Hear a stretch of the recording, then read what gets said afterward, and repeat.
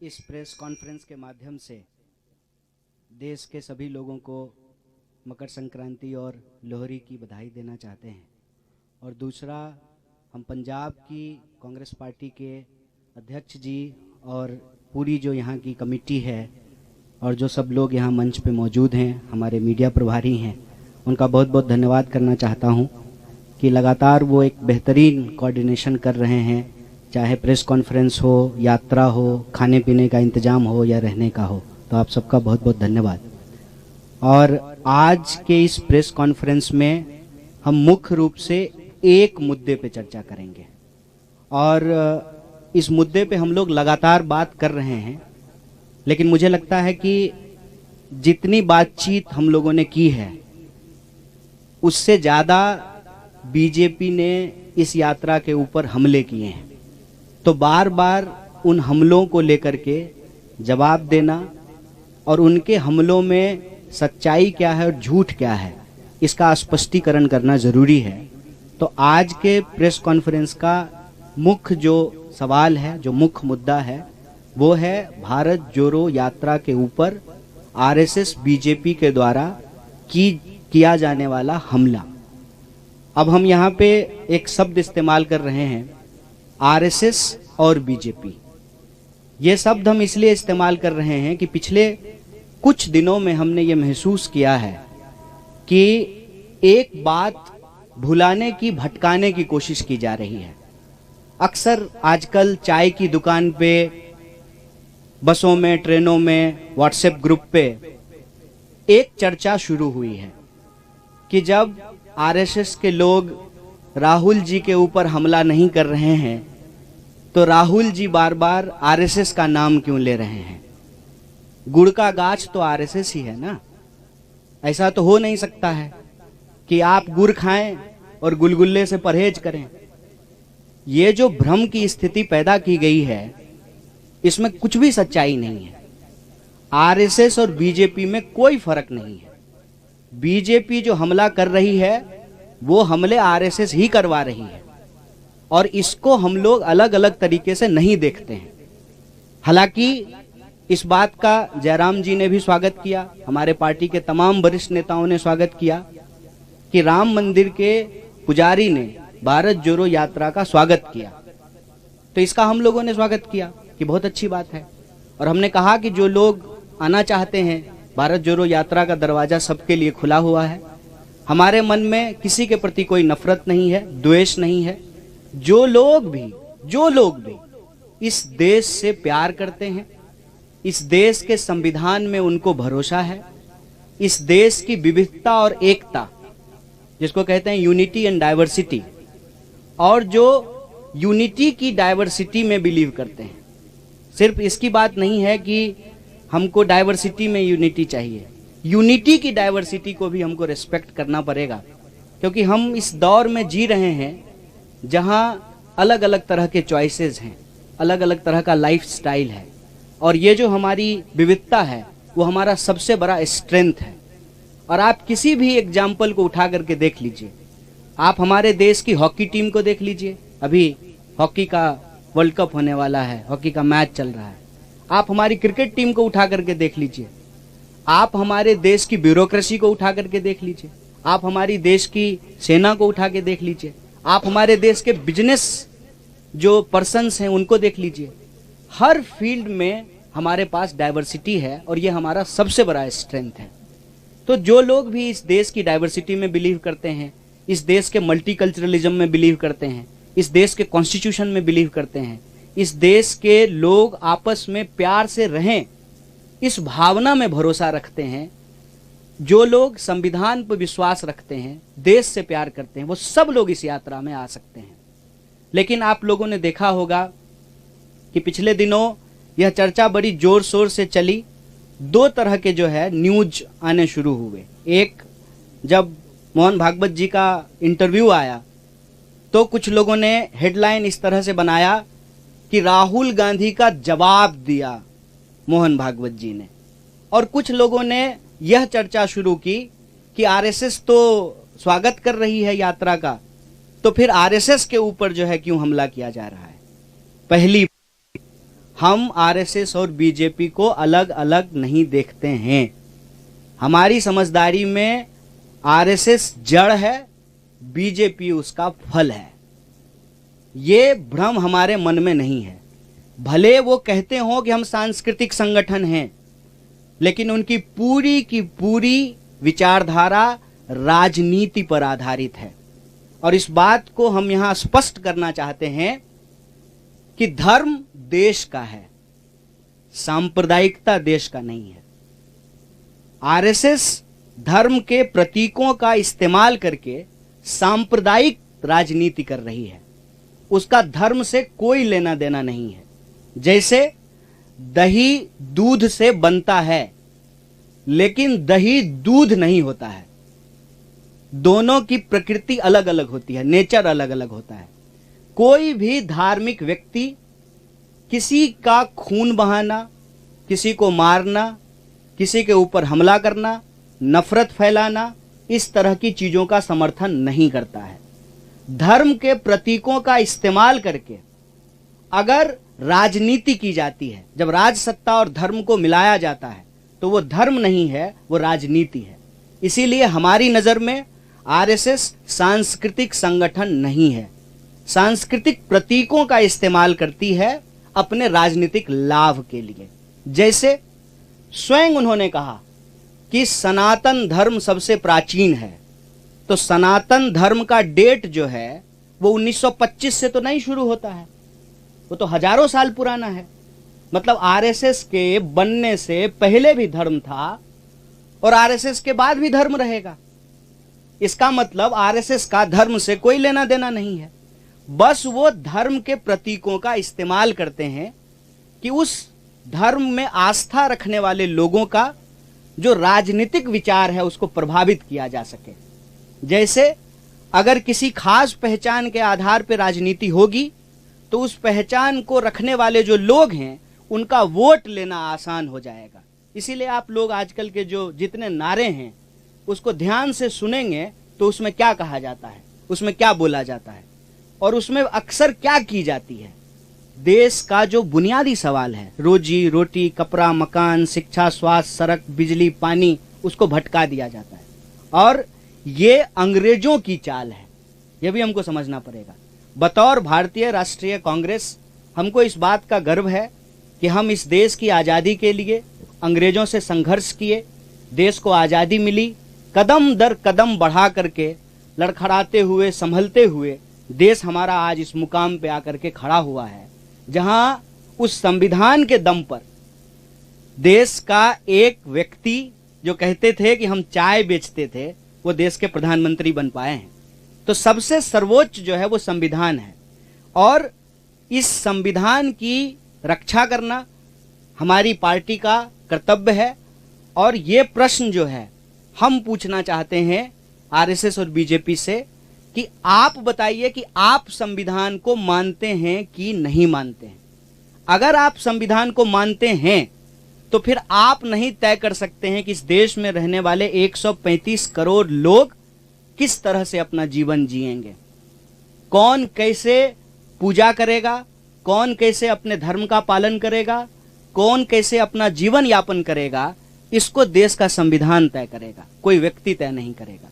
और आपकी जानकारी के लिए मैं आपसे साझा करना चाहता हूं कि जब श्री अटल बिहारी वाजपेयी जी की सरकार बनी थी तो ऑलरेडी उन्होंने संविधान को बदलने की इच्छा जाहिर की, रिव्यू कमेटी बनाया था संविधान को बदलने के लिए।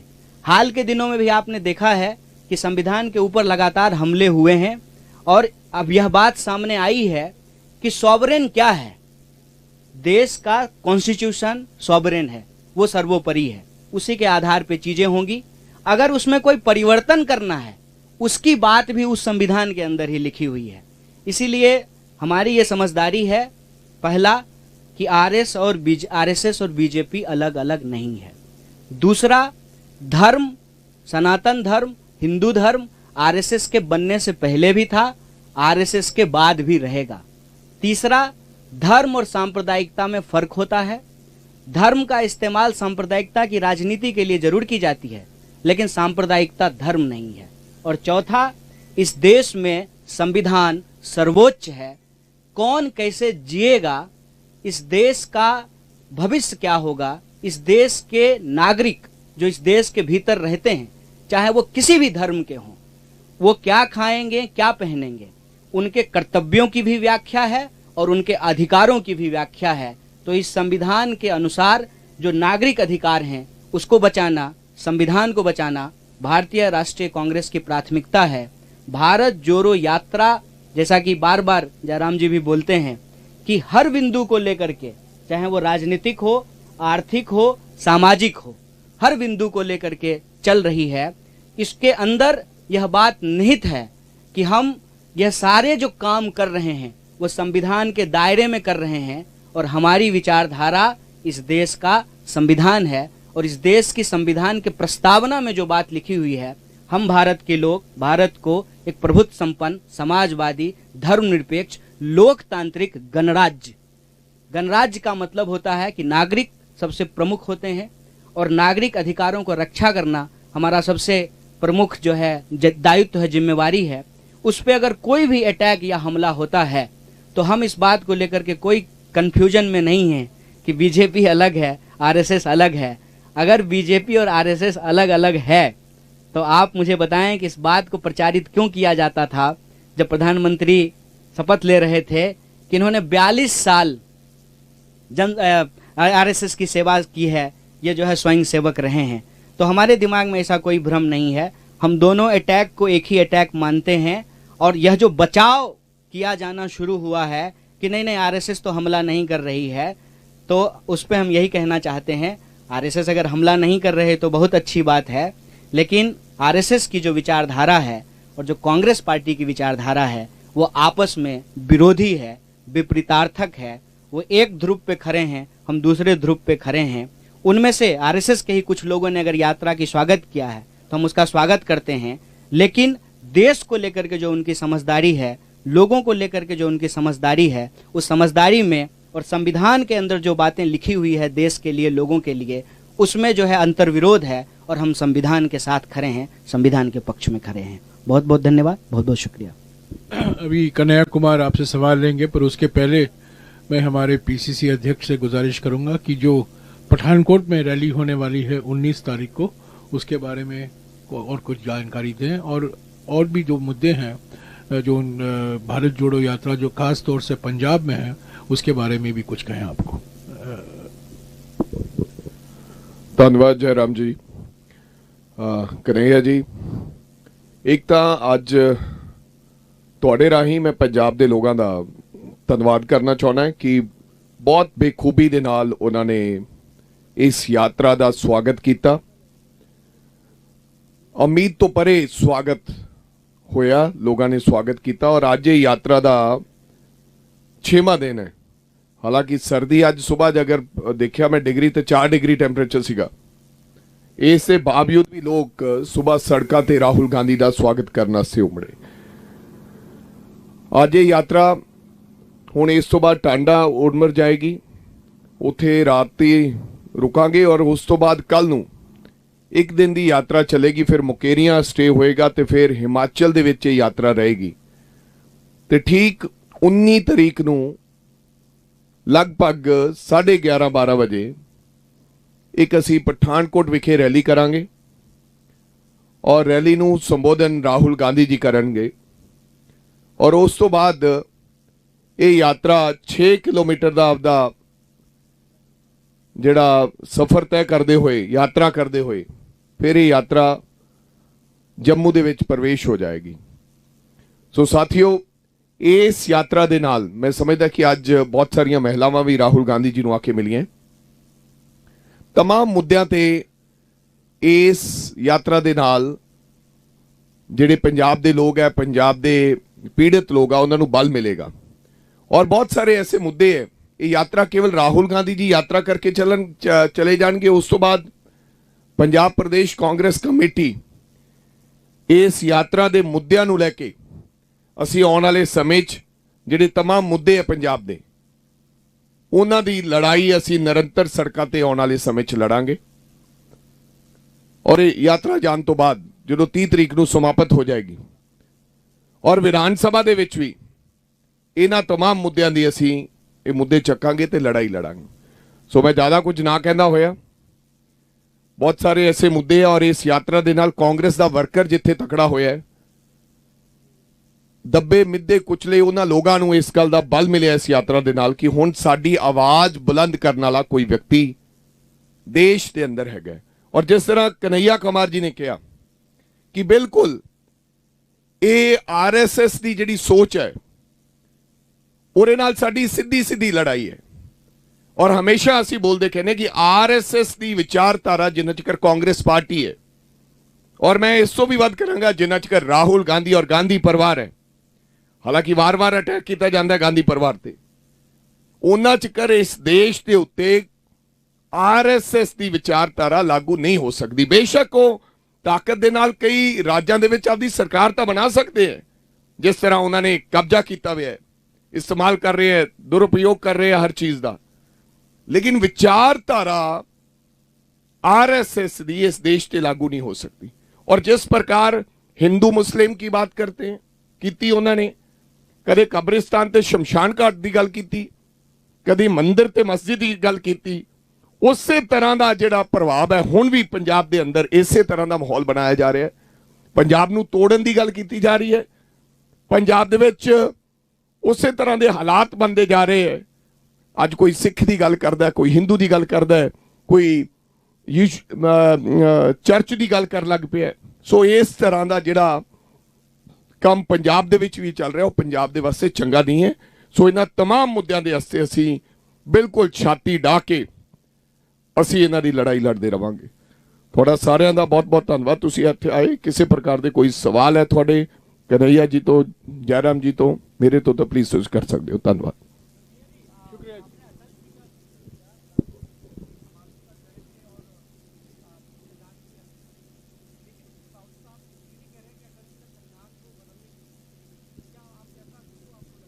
नहीं, ये मैंने आपको हिस्टोरिकल फैक्ट बताया है कि रिव्यू कमेटी बनाई गई थी जब वो प्रधानमंत्री बने थे। संविधान में संशोधन होते रहे हैं और अभी आप देख रहे हैं कि इसको लेकर के बहुत विवाद चल रहा है कि अभी जो है एक कॉन्स्टिट्यूशनल पोजीशन पे बैठे हुए व्यक्ति ने जो है स्टेटमेंट दिया, उसके बाद जो है ये बहस हो गई कि सॉवरेन क्या है, पार्लियामेंट सॉवरेन है कि कॉन्स्टिट्यूशन सॉवरेन है। तो अल्टीमेटली तो पार्लियामेंट कैसे फंक्शन करेगी ये बात भी तो कॉन्स्टिट्यूशन में लिखा हुआ है। तो कॉन्स्टिट्यूशन तो सबसे ऊपर है। संविधान में भी अगर आपको कोई रिव्यू करना है, उसमें कोई संशोधन करना है, और संविधान के कई संशोधन हुए हैं, उसकी बात भी तो संविधान में ही लिखी हुई है। तो हमारा पॉइंट ये है कि जब ये कहा जाता है किसी संगठन के प्रमुख के द्वारा कि कोई इस देश में कैसे रहे, डरे कि ना डरे, तो प्रश्न ये खड़ा होता है कि वो व्यक्ति खुद किसको मानते हैं, वो व्यक्ति खुद संविधान को मानते हैं कि नहीं मानते हैं। अगर मोहन भागवत जी संविधान को मानते हैं तो फिर उनको कोई बात अलग से कहने की जरूरत तो नहीं है। संविधान में हम कैसे रहें, एक नागरिक के क्या अधिकार हैं और क्या कर्तव्य हैं, यह साफ साफ लिखा हुआ है। हमारे संविधान में ये लिखा हुआ है ना कि इस देश का नागरिक होने के चलते आप अपनी धार्मिक मान्यता और विश्वास को मानने के लिए स्वतंत्र हैं, तो साफ साफ लिखा हुआ है। तो अलग से ये बात कहने की जरूरत क्यों पड़ रही है। अब प्रश्न उठता है कि संविधान मानते हैं कि नहीं मानते हैं। अगर नहीं मानते हैं तो फिर उनकी सरकार जो है बीजेपी की, उसको इमीडिएटली बाहर हो जाना चाहिए, क्योंकि वो सरकार तो संविधान के तहत बनी है, चुनाव के तहत बनी है, लोगों ने वोट दे करके बनाया है, और कसम भी तो संविधान का ही खाए होंगे ना। सारे एमपी, सारे मिनिस्टर, सारे चीफ मिनिस्टर, प्राइम मिनिस्टर, कसम तो संविधान का ही खाया है ना। अगर नहीं मानते हैं तो फिर संविधान का कसम क्यों खा रहे हैं। तो ये अंतर विरोधी बात है, हम ये कह रहे हैं। और ये अंतर विरोधी बात क्यों बोली जाती है, उसके दो कारण हैं। पहला, धर्म और सांप्रदायिकता से देश को कंफ्यूज किया जाता है। हर धार्मिक व्यक्ति सांप्रदायिक नहीं होता है, ये समझना जरूरी है। जैसे हर दूध से जो है ना दही नहीं बनती है, रसगुल्ला भी बनता है। तो आप जो है हर दूध को दही कहना शुरू कर दें, मतलब हम ये कह रहे हैं कि आरएसएस के बनने से पहले धर्म था ना, और आरएसएस के बनने के बाद भी धर्म रहेगा। तो आरएसएस के पास सांप्रदायिकता की ठेकेदारी हो सकती है, धर्म की ठेकेदारी नहीं है। पॉइंट 1। पॉइंट 2 कि इस बात से कंफ्यूज मत होइए कि इस तरह की चर्चाएं शुरू क्यों की जाती है। अब ये बोलने की कोई जरूरत तो नहीं थी, इसलिए की जाती है कि ये अंग्रेजों का टेक्टिस है। मैं बार बार कहता हूं, फूट डालो, राज करो, इंसान को आपस में लड़ाओ, उसके मुद्दे भटकाओ। भारत जोड़ो यात्रा का यह लक्ष्य है कि ना हम संविधान को किसी भी तरीके से बर्बाद होने देंगे, संविधान को हम बचाएंगे, प्रोटेक्ट करेंगे। और संविधान में लोगों के ही अधिकारों की बात है, तो उनके जो मुद्दे हैं, रोजी रोटी, कपड़ा, मकान, शिक्षा, स्वास्थ्य, सड़क, बिजली, पानी, उसको प्रमुखता से उठाएंगे। जहां हमारी सरकार है वहां हम उसको डिलीवर करने की कोशिश करेंगे, और जहां हमारी सरकार भूमिका निभाते हुए सड़कों पे उतर करके संघर्ष करेंगे। मैं आपको एक और चीज बताऊं जो जनता की जानकारी, देश की जानकारी में नहीं है, मैं खुलासा कर रहा हूं अभी। जब अटल जी प्रधानमंत्री बने 98 में, दूसरी बार बने, पहले बार तो 13 दिन का था, तो दूसरी बार बने 98 में, उन्होंने संविधान की समीक्षा के लिए एक कमेटी का गठन की घोषणा की। अटल जी चाहते थे कि सुप्रीम कोर्ट के रिटायर्ड चीफ जस्टिस एम.एन. वेंकटाचलैया इसकी अध्यक्षता करें। वेंकटाचलैया जी मान गए। तब उनको टर्म्स ऑफ रेफरेंस भेजा गया इस समीक्षा समिति का, और समीक्षा समिति के टर्म्स ऑफ रेफरेंस में पहले नंबर पर था to examine movement from parliamentary form of government to presidential form of government, यानी कि जो ढांचा है संविधान का उसको बदलने की प्रयास की गई। आप जानते नहीं है, मैं अभी पहली बार कह रहा हूं, वेंकटाचलैया जी ने कहा अगर ये टर्म्स ऑफ रेफरेंस रहेगा मैं इस समिति की अध्यक्षता करने के लिए तैयार नहीं हूं। उनको मनाने की कोशिश की गई पर वो माने नहीं, तो तब एक नया टर्म्स ऑफ रेफरेंस प्रकाशित किया गया जिसमें जो पहले कहा गया था move from parliamentary system to presidential form of government, उसको हटाया गया। इसकी जानकारी मुझे खुद वेंकटाचलैया जी ने दिया है 2 बार। वो आज भी हैं, बेंगलोर में रहते हैं, और उन्होंने 2 बार मुझे कहा है कि यह प्रयास की गई जब संविधान की समीक्षा के नाम पर बेसिक स्ट्रक्चर को बदलने की कोशिश की गई।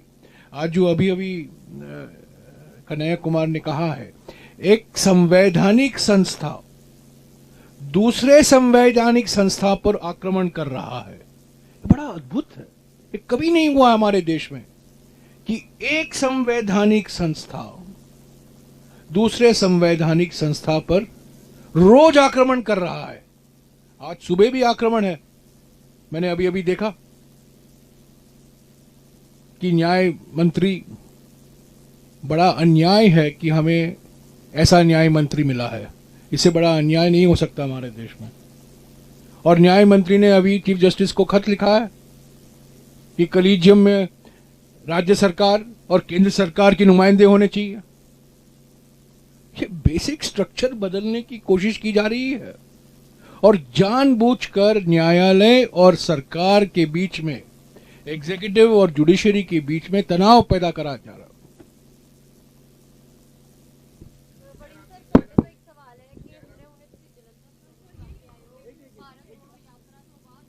हाँ जी,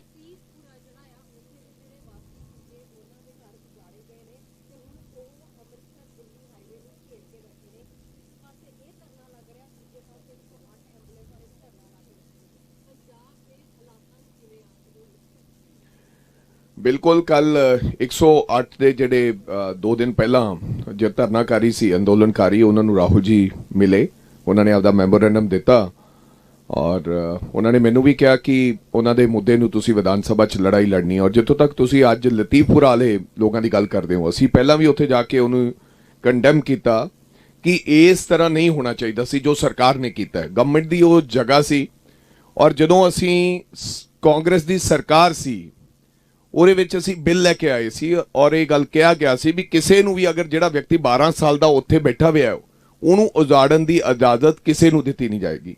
ਔਰ ਬਿਨਾਂ ਸੋਚਿਆ ਸਮਝਿਆ ਐਕਸ ਪਾਰਟੀ ਜਿਹੜਾ ਕੇਸ ਸੀਗਾ, ਪੰਜਾਬ ਸਰਕਾਰ ਨੇ ਧੱਕੇਸ਼ਾਹੀ ਕੀਤੀ ਲਤੀਪੁਰੇ ਦੇ ਲੋਕਾਂ ਦੇ ਨਾਲ, ਉਹਨਾਂ ਨੂੰ ਘਰ ਤੋਂ ਬੇਘਰ ਕਰ ਦਿੱਤਾ ਗਿਆ।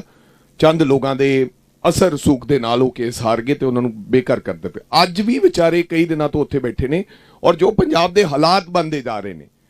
ਪਹਿਲਾਂ ਟਰੱਕ ਯੂਨੀਅਨ ਦਾ ਧਰਨਾ ਤੁਸੀਂ ਦੇਖਿਆ ਸੀ, 3 ਦਿਨ ਰਾਜਪੁਰਾ ਉਹ ਜਿਹੜਾ ਹਾਈਵੇ ਜਾਮ ਰਿਹਾ, ਔਰ ਹੁਣ ਡੇਲੀ ਕੋਈ ਨਾ ਕੋਈ ਅੰਦੋਲਨ, ਚਾਹੇ ਉਹ ਜੀਰਾ ਅੰਦੋਲਨ ਹੈ, ਉਹ ਵੀ ਇੱਕ ਬਹੁਤ ਵੱਡਾ ਅੰਦੋਲਨ ਬਣ ਗਿਆ, ਔਰ ਲਤੀਪੁਰੇ ਅੰਦੋਲਨ। ਮੈਨੂੰ ਲੱਗਦਾ ਕਿ ਸਰਕਾਰ ਬਿਲਕੁਲ ਅਣਜਾਣ ਹੈ, ਬਿਲਕੁਲ ਅਨਐਕਸਪੀਰੀਅੰਸ ਸਰਕਾਰ ਹੈ। ਕਿਸੇ ਤਰ੍ਹਾਂ ਦਾ ਕੋਈ ਇਸ ਗੱਲ ਦਾ ਸਰਕਾਰ ਦਾ ਧਿਆਨ ਨਹੀਂ ਹੈ, ਐਡਮਿਨਿਸਟ੍ਰੇਸ਼ਨ ਵਾਈਜ਼ ਕਿਸੇ ਗੱਲ ਦੀ ਕੋਈ ਗੱਲਬਾਤ ਨਹੀਂ ਹੈ। ਸੋ ਮੈਨੂੰ ਤਾਂ ਕਦੇ ਕਦੇ ਡਰ ਲੱਗਦਾ ਕਿ ਪੰਜਾਬ 'ਚ ਇਹ ਨਾ ਹੋਵੇ ਕਿ ਜਿਹੜੀ ਸੜਕ ਤੇ ਨਿਕਲੀਏ ਕਿ ਅੰਦੋਲਨ ਹੋ ਰਹੇ ਹੋਣ, ਕਿਉਂਕਿ ਇਹਨਾਂ ਲੋਕਾਂ ਨੇ ਬੜੇ ਝੂਠ ਮਾਰ ਕੇ ਸਰਕਾਰ ਲੈ ਕੇ ਆਏ।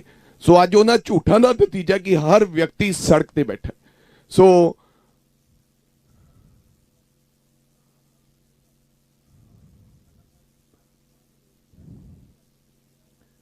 ਜਿਹੜਾ ਸਿੱਧੂ ਮੂਸੇਵਾਲੇ ਦਾ ਕੇਸ ਹੈ, ਸਿੱਧੂ ਮੂਸੇਵਾਲਾ ਜਿਹੜਾ ਪਰਿਵਾਰ ਹੈ ਉਹ ਸਾਡਾ ਪਰਿਵਾਰ ਹੈ। ਤੁਹਾਨੂੰ ਪਤਾ ਹੈ ਕਿ ਸਿੱਧੂ ਮੂਸੇਵਾਲਾ ਜੀ ਕਾਂਗਰਸ ਪਾਰਟੀ ਦੇ ਪਰਿਵਾਰ ਹੈ, ਉਹ ਚੁਣਾਵ ਲੜੇ ਸਨ ਔਰ ਕੱਲ ਉਹਨਾਂ ਨੇ ਇੱਛਾ ਜ਼ਾਹਿਰ ਕੀਤੀ ਕਿ ਮੈਂ ਰਾਹੁਲ ਗਾਂਧੀ ਜੀ ਨਾਲ ਵਾਕ ਕਰਾਂਗਾ, ਔਰ ਉਹਨਾਂ ਨੇ ਵਾਕ ਕੀਤੀ। ਔਰ ਜਿੱਥੋਂ ਤੱਕ ਇਨਸਾਫ ਦੀ ਗੱਲ ਹੈ, ਹਮੇਸ਼ਾ ਮੂਸੇਵਾਲੇ ਦੇ ਪਿਤਾ ਜੀ ਇਹ ਗੱਲ ਕਹਿੰਦੇ ਹੈ ਕਿ ਮੈਨੂੰ ਹਜੇ ਇਨਸਾਫ ਨਹੀਂ ਮਿਲਿਆ।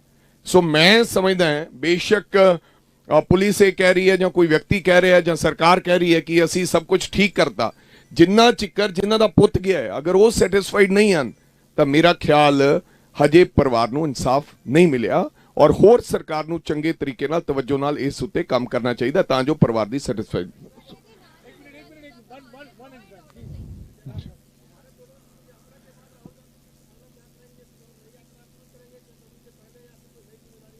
सर आप इसका जवाब दें। एक लास्ट मैंने उनका कहना था, आपने एक सवाल किया था, आपने कहा था कि राहुल गांधी जी वाजपेयी जी के वहां पर समाधि पे क्यों गए जब आप उन्होंने संविधान तोड़ने की बात की। मैं सीधा सीधा इसका आंसर ये देना चाहता हूं, यही राहुल गांधी है, यही कांग्रेस की सोच है। चाहे कोई संविधान तोड़ने की कोशिश करता है, हम लड़ाई लड़ेंगे उसके साथ, हमें उसको ऐसा नहीं करने देंगे। लेकिन जहां तक प्यार मोहब्बत की बात है, राहुल गांधी जो कहते हैं कि मैं नफरत के बाजार में प्यार का बीज बोने आया हूं, चाहे देश के प्रधानमंत्री इंदिरा गांधी जी की समाधि पर जाए ना जाए, राजीव जी की समाधि पर जाए ना जाए, किसी और व्यक्ति पर जाए ना जाए, लेकिन राहुल गांधी और कांग्रेस पार्टी ऐसी सोच नहीं रखती। ये सवाल कल कीजिए ना, कल आपको मौका मिलेगा, राहुल जी से पूछिए कि 30 जनवरी के बाद आपका क्या प्लान है, क्या करेंगे, आप पूछिएगा उनको।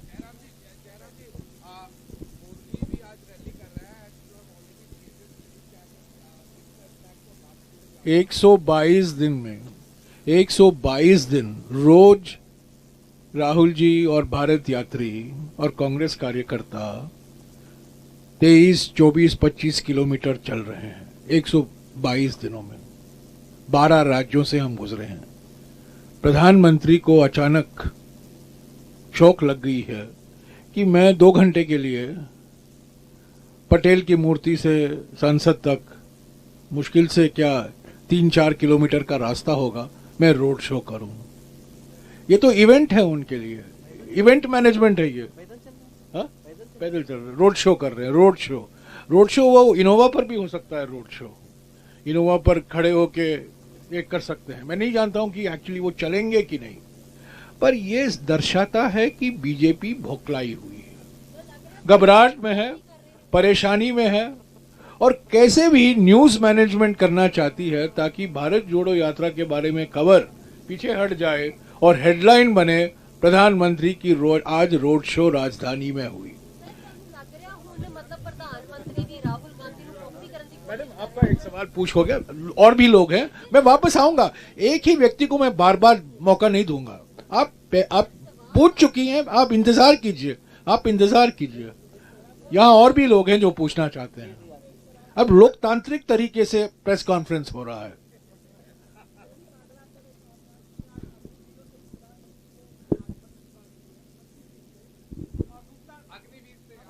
अग्निवीर साहब,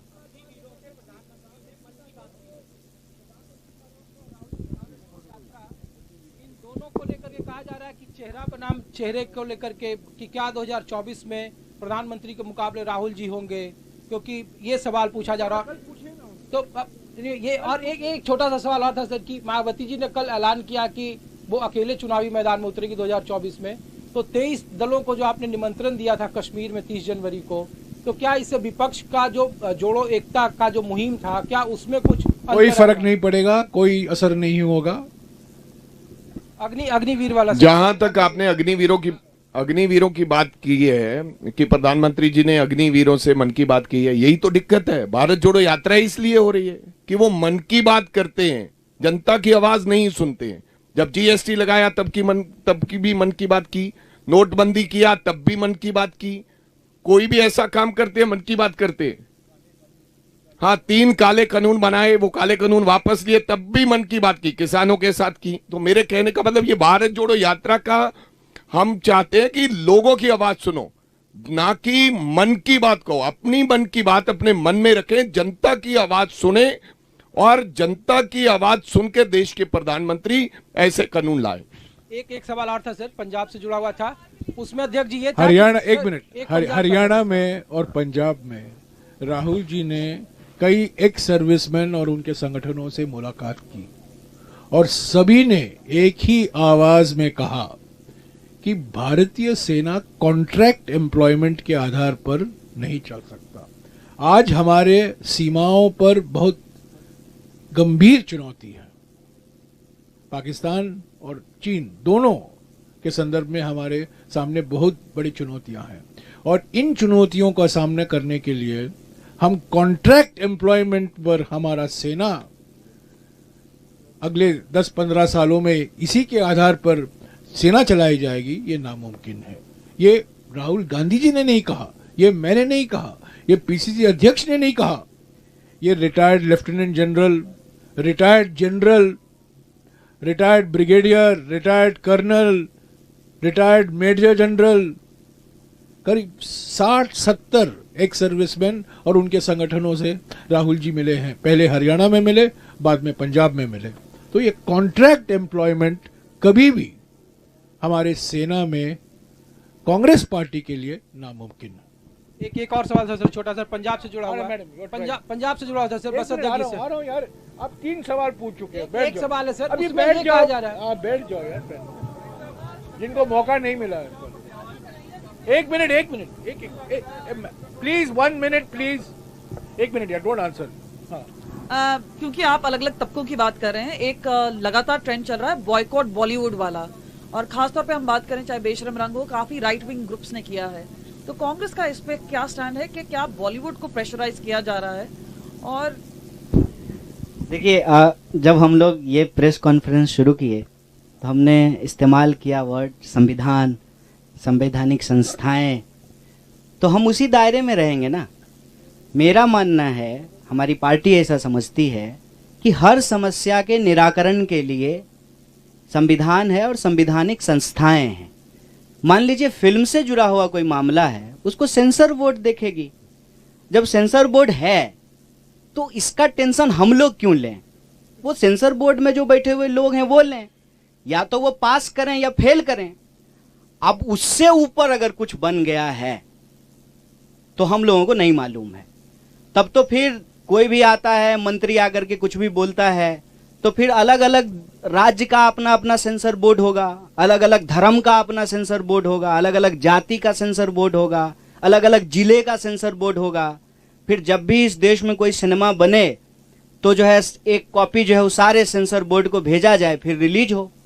कोई तो डेकोरम होगा ना। हम कह रहे हैं कि किसका कॉपीराइट है केसरी रंग पे? महात्मा बुद्ध के छीवर का रंग केसरिया है। शिवाजी महाराज, साहू जी महाराज, संभाजी महाराज के झंडे का रंग केसरिया है। भाजपा के झंडे में हरा है, कोई ध्यान ही नहीं दिया है। बीजेपी के झंडे में हरा है। यहां हम बैठे हुए हैं, ये संतों की भूमि है, गुरुओं की भूमि है। केसरी रंग पंजाब का रंग है। देश के तिरंगे में जो है केसरी रंग है। किसी को कोई ठेकेदारी है क्या? अरे जिसको जो रंग पहनना है, इसीलिए हमने एक शब्द का इस्तेमाल किया था, डाइवर्सिटी। डाइवर्सिटी का क्या मतलब होता है? हमारे यहां अगर हम हिंदू धर्म की बात करें तो 33 करोड़ देवी देवता हैं। 33 करोड़। कोई हमको 33 करोड़ देवी देवता का नाम गिना दे, कोई पूरे देश में, जो ठेकेदार बन रहा हो, तो हम समझ जाएंगे। यहां यह इस बात का प्रतीक है कि हमारा देश हमेशा से अभिव्यक्ति को अपहोल्ड किया है।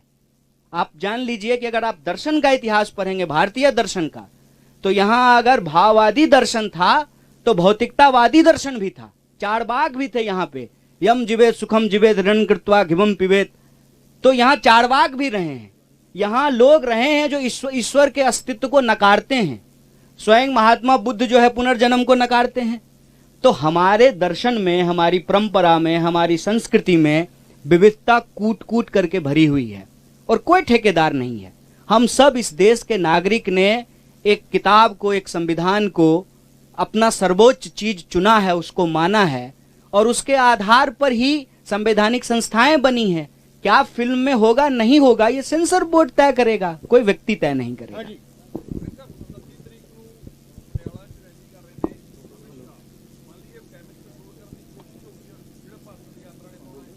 ਡੈਮੇਜ ਕੰਟਰੋਲ ਤਾਂ ਹੋਊਗਾ ਨਾ ਜੇ ਕੋਈ ਭਾਜਪਾ ਦਾ ਕੁਛ ਇੱਥੇ ਹੋਊਗਾ। ਜੋ ਹਾਲਾਤ ਨੇ ਪੰਜਾਬ ਦੇ ਵਿੱਚ, ਭਾਜਪਾ ਦੇ ਕਦੇ ਪੈਰ ਨਹੀਂ ਪੰਜਾਬ 'ਚ ਲੱਗਣੇ, ਚਾਹੇ ਜਿੰਨੀਆਂ ਰੈਲੀਆਂ ਮਰਜ਼ੀ ਅਮਿਤ ਸ਼ਾਹ ਕਰ ਲੇ। ਤੁਸੀਂ ਦੇਖਿਆ ਹੋਣਾ ਰੋਜ਼ਾਨਾ ਸਰਦਾਰਾਂ ਦੇ ਖਿਲਾਫ ਕੋਈ ਨਾ ਕੋਈ ਨੁਕਤਾ ਲੈ ਕੇ ਆਉਂਦਾ। ਹੁਣ SYL ਦੀ ਲੜਾਈ, ਪਹਿਲਾਂ ਕਾਲੇ ਕਾਨੂੰਨ ਲੈ ਕੇ ਆਂਦੇ, ਫਿਰ SYL ਦਾ ਮੁੱਦਾ ਤੁਰਿਆ ਫਿਰਦਾ, ਹਜੇ ਤੱਕ ਉਹ ਹੱਲ ਨਹੀਂ ਹੋਇਆ। ਫਿਰ ਹੁਣ ਤੁਹਾਡੇ ਸਾਹਮਣੇ ਇੱਕ ਸਰਦਾਰਾਂ ਨੂੰ ਇਹ ਕਹਿ ਦਿੱਤਾ ਗਿਆ, ਅਗਨੀਵੀਰ ਦੀ ਥਾਂ ਤੇ ਇੱਕ ਹੋਰ ਗੱਲ ਹੋ ਗਈ ਹੈ, ਕਹਿੰਦੇ ਕਿ ਜਿਹੜਾ ਹੈਲਮਟ ਪਹਿਨਣਾ ਪਊਗਾ ਪੱਗ ਦੀ ਥਾਂ ਤੇ, ਜਿਹੜਾ ਅਸੀਂ ਵਿਰੋਧ ਕੀਤਾ, ਸ਼੍ਰੋਮਣੀ ਗੁਰਦੁਆਰਾ ਪ੍ਰਬੰਧਕ ਕਮੇਟੀ ਨੇ ਵਿਰੋਧ ਕੀਤਾ, ਅਸੀਂ ਲੋਕਾਂ ਨੇ ਵਿਰੋਧ ਕੀਤਾ।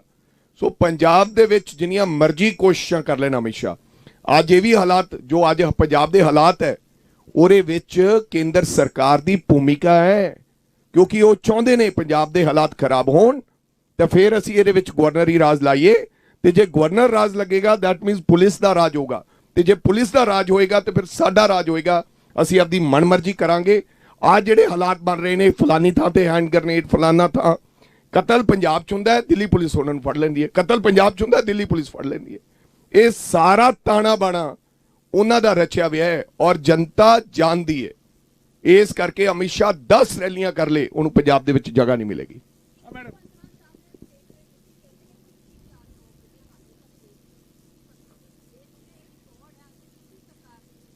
हाँ हाँ, मैं उन्होंने बधाई देना चाहना है। इसे भुलेखे च मान साहब रहणगे तो चंगी गल है। ये पता लग जाएगा नीचे थोनू वेख रहा है सरकार दा 8-9 महीने की कारगुजारी आज सड़कों ते वेख रही है थोनू। सो कोई गल नहीं, इसे गलतफहमी सरकार रवे भी 25 देतियां हुण 50 देतियां तो चंगी गल है।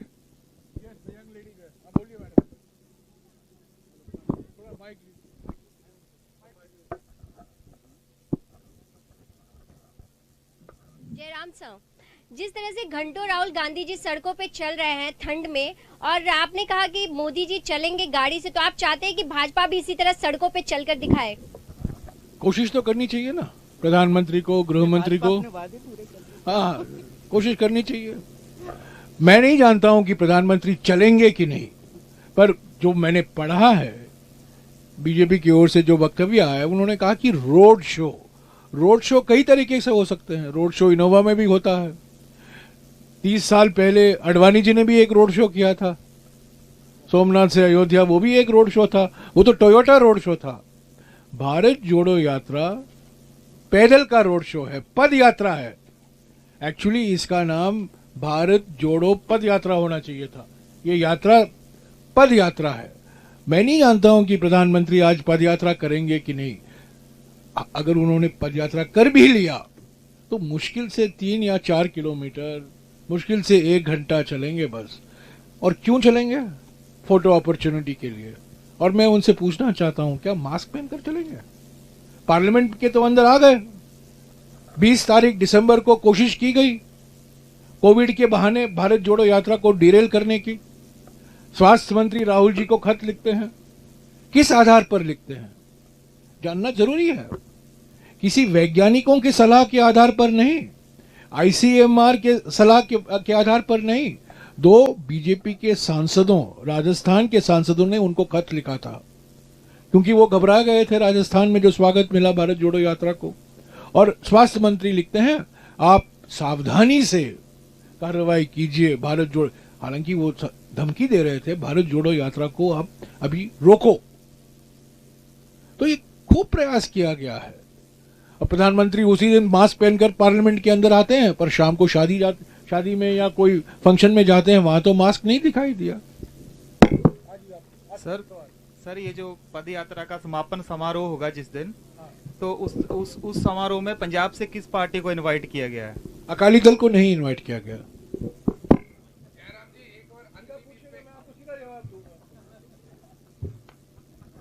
सर मेरा सवाल आपसे है, पिछले दिनों केंद्रीय गृह मंत्री ने कहा कि कांग्रेस ने बेशक आजादी का नैरेटिव सेट किया था, लेकिन उसमें योगदान औरों का भी था। जो आजादी है वो केवल अहिंसा से ही नहीं मिली है।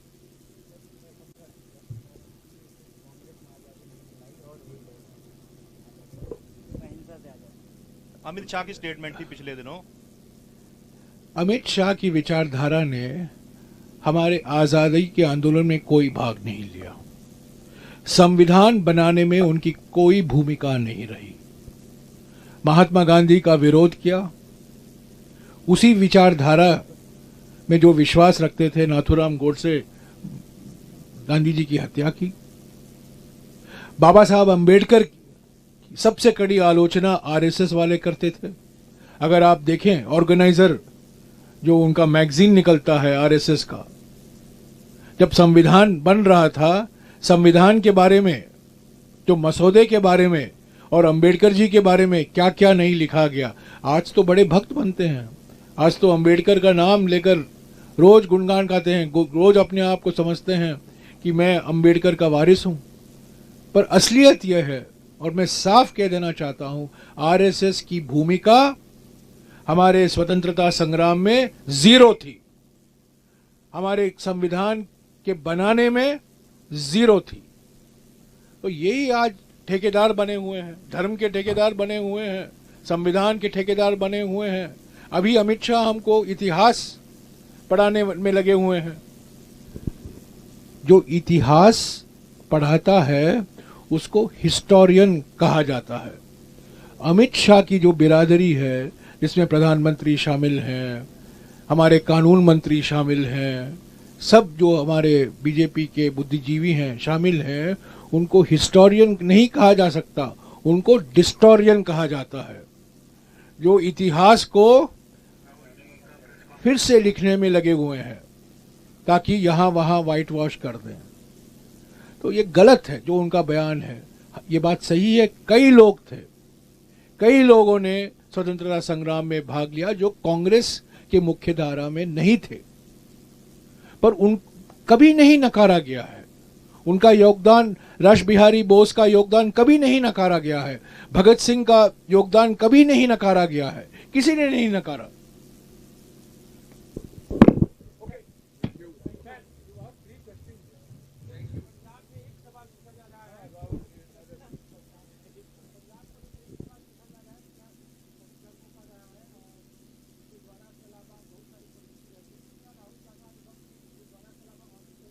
क्या आप नहीं थे कल मंदिर गए राहुल जी?